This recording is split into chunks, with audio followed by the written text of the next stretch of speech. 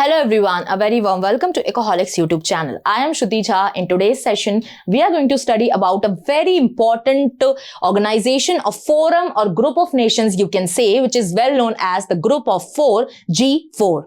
So let's go inside the session. So देखिए ये G4 जो है ग्रुप ऑफ 4 नेशंस है, इसके पहले तो आपको मेंबर पता होना चाहिए. मेंबर्स हैं यहाँ पर इंडिया, जर्मनी, ब्राजील और यहां पर एक और मेंबर आपको दिखाई देता है, वो है आपका जापान. तो यहां पे डेफिनेटली ये जो G4 नेशंस हैं, इनका मानना है कि they are actually advocating for the permanent seat at the UN. तो सबसे पहले जब भी आप G4 नेशंस की बात सुनते हैं या कभी भी आप अगर पढ़ते हैं G4 नेशन के बारे में, जो कि भी रिसेंटली काफी न्यूज में चल रहा है 1-2 सालों से, या फिर पहले भी ये काफी न्यूज में था बट अब ये प्रोमिनेंट बहुत ज्यादा हो चुका है. तो आपको पता होना चाहिए कि इसका जो प्राइम ऑब्जेक्टिव है G4 नेशन के फॉर्मेशन का, वो यही है कि they are advocating for the permanent seat at the UN security council. So this was formed in the year of 2005 to support each other bids for the permanent members of the UNSC, and also they also meet traditionally as the sideline of the annual high level UN General Assembly sessions. तो यहाँ पे जो आपके UN general assembly के sessions होते हैं, आपको पता है कि रेगुलर बेसिस में, रेगुलर इंटरवल्स में यहाँ पर सेशंस को कंडक्ट किया जाता है. उसी की साइडलाइन पे G4 की भी यहाँ पर मीटिंग होती है और वहां पर वो जो भी उनके ऑब्जेक्टिव्स हैं या जो भी उनके मोटिव्स हैं आगे कि किस तरीके से हमको अपने सीट के लिए बात करनी है या फिर हमको कैसे यहाँ पर रेजोल्यूशन लेकर आना है या क्या और रिफॉर्म्स के बारे में यूएन में बात हो रही है, वो सारी चीजें यहाँ पर डिस्कस की जाती हैं. ठीक है. Now coming towards the key objectives of the G4. अब यहाँ पे हम डिटेल्स में ऑब्जेक्टिव्स को पढ़ने की देखते हैं कि actually what are the detailed objectives which the G4 is aiming to.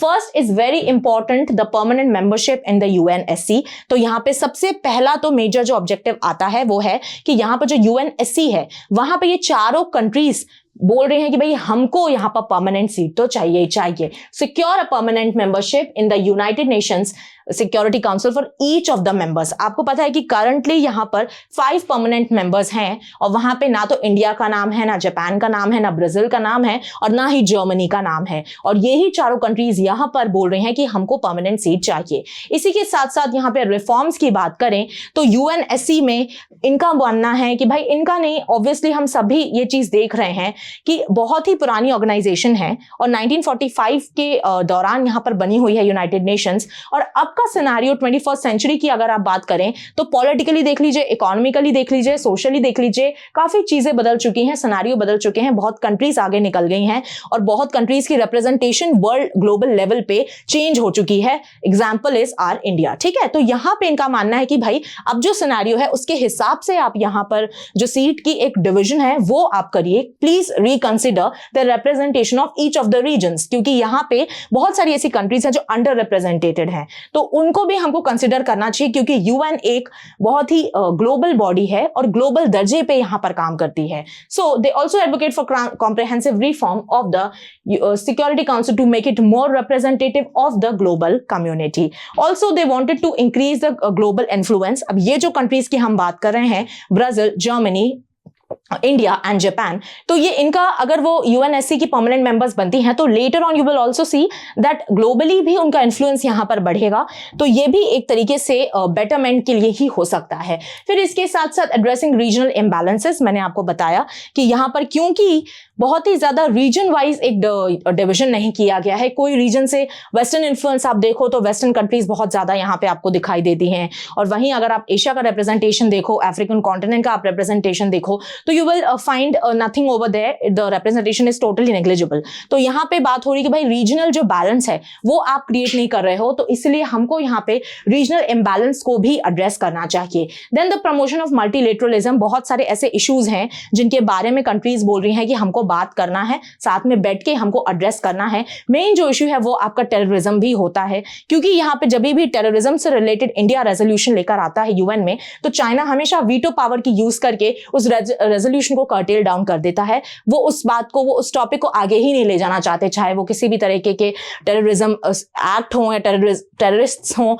तो ये सारी चीजें जो हैं वो एक लेवल पे जहां पे आके इसका रिजल्ट हमको सामने दिखना चाहिए कि ओवरऑल पूरी कंट्रीज आके एक साथ खड़ी हों इसके खिलाफ, वो यहाँ पर पॉसिबल नहीं हो पा रहा है, despite of the fact that this is a very kind of scary and a horrifying activity.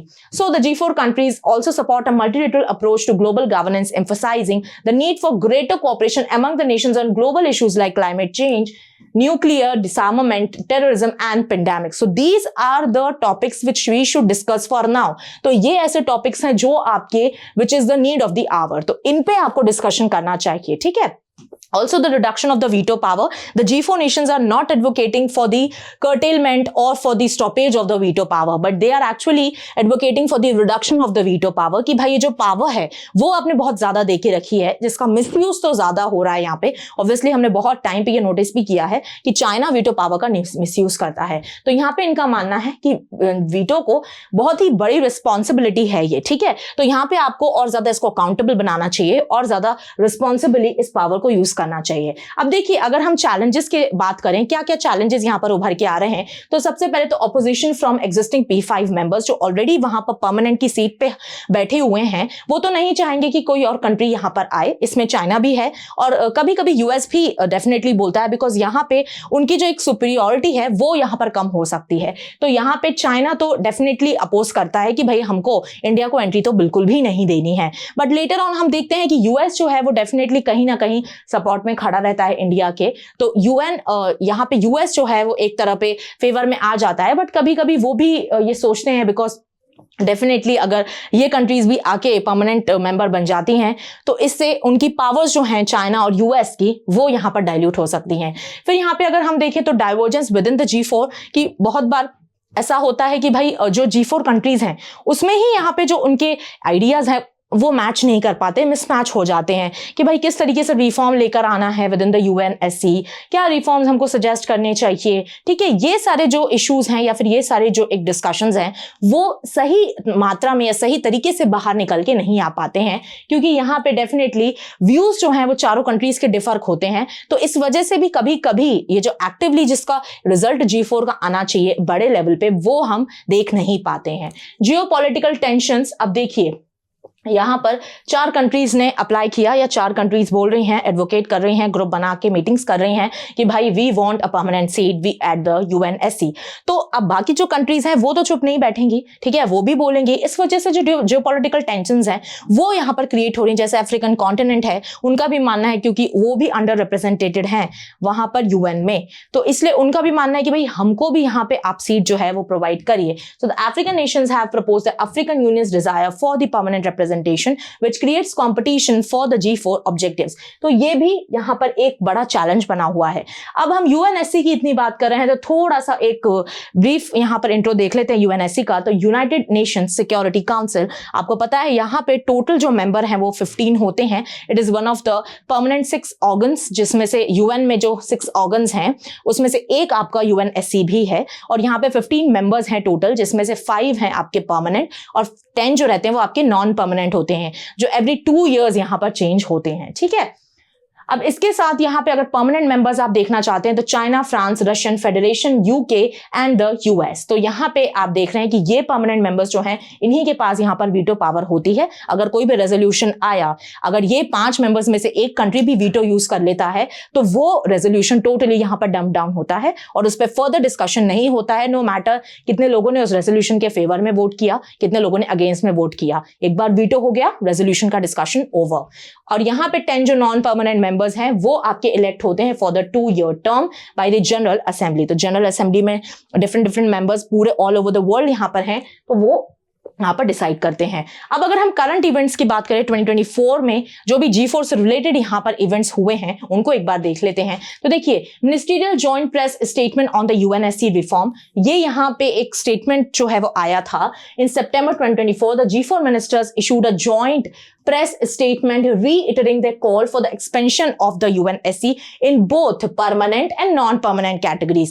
तो ये जो स्टेटमेंट यहाँ पर G4 कंट्रीज की तरफ से दिया गया था in the joint ministerial meeting, इसमें बोला गया था कि भाई हम सिर्फ परमानेंट की ही बात नहीं कर रहे, हम नॉन परमानेंट मेंबर्स को भी यहाँ पर एक्सपैंड करने की बात कर रहे हैं. तो और UNSC में टोटली जो एक इवोल्यूशन हम लेकर आना चाहते हैं, जो रिफॉर्म हम लेकर आना चाहते हैं, उसकी बात यहाँ पर कर रखी गई थी. अब प्रेजेंटेशन देखिए, जो रिफॉर्म प्रपोजल यहाँ पर रखा गया है मार्च 2024 2024 में, तो यहाँ पे इंडिया ने एक इंट्रोड्यूस किया है एक मॉडल जिस रिफॉर्म का, उसमें इंडिया ने बोला है कि भाई यूएनएससी का जो अभी नंबर है वो 15 है, तो हमको इसको 25 करना है, 10 मेंबर्स हमको और बढ़ाने हैं। कैसे बढ़ाने हैं? तो यहाँ पे 6 तो हम परमानेंट मेंबर्स को रखें और 4 हम नॉन परमानेंट मेंबर्स को रखें। तो ऐसे में जो 6 + 4 है वो 10 हो जाता है और 15 + 10 होता है 25। तो यहाँ पे जो मॉडल इंडिया सजेस्ट कर रहा है वो बोल रहा है कि टोटल मेंबर्स यहाँ पे यूएनएससी के 25 होना चाहिए, और जो कैरेबियन आइलैंड्स हो गए या फिर अफ्रीकन कंट्रीज हो गई, इनको भी आप यहाँ पर रिप्रेजेंटेशन प्रोवाइड करिए, प्रेजेंटेशन एक्चुअल यहाँ पर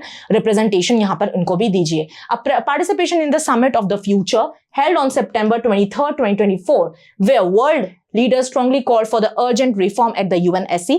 तो ये जो समिट ऑफ द फ्यूचर है, इसमें बोला गया कि भाई यूएनएससी में हमको एक्टिवली यहाँ पर रिफॉर्म्स करने की जरूरत है। इसी के साथ हाई लेवल मीटिंग भी होती है on UNSC reform. They emphasize the need for a more inclusive and representative decision making body. तो यहाँ पे सबका बोलना है कि भाई यूएनएससी जो है उसको हमें और इंक्लूसिव बनाना चाहिए और ज्यादा रिस्पॉन्सिबल बनाना चाहिए। वो कैसे होगा? तो जब आप पूरी ही ओवरऑल ग्लोबल वर्ल्ड में जब आप देखोगे कि यहाँ पर हर एक कंट्री को यहाँ पे एक्यूरेटली रिप्रेजेंटेशन मिल रही है, वो अपना से रख पा रहे हैं, तब जाके कोई भी रिप्रेजेंटेशन या कोई भी बॉडी ऑर्गेनाइजेशन इंक्लूसिव बनती है। सो यही यहाँ पर एडवोकेसी G4 कंट्रीज यहाँ पर एम कर रही हैं along with the permanent seat at the UNSC.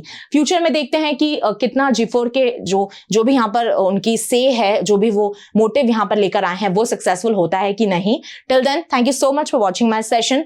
पढ़ते रहिए, खुश रहिए, and don't forget to subscribe to our channel Ecoholics.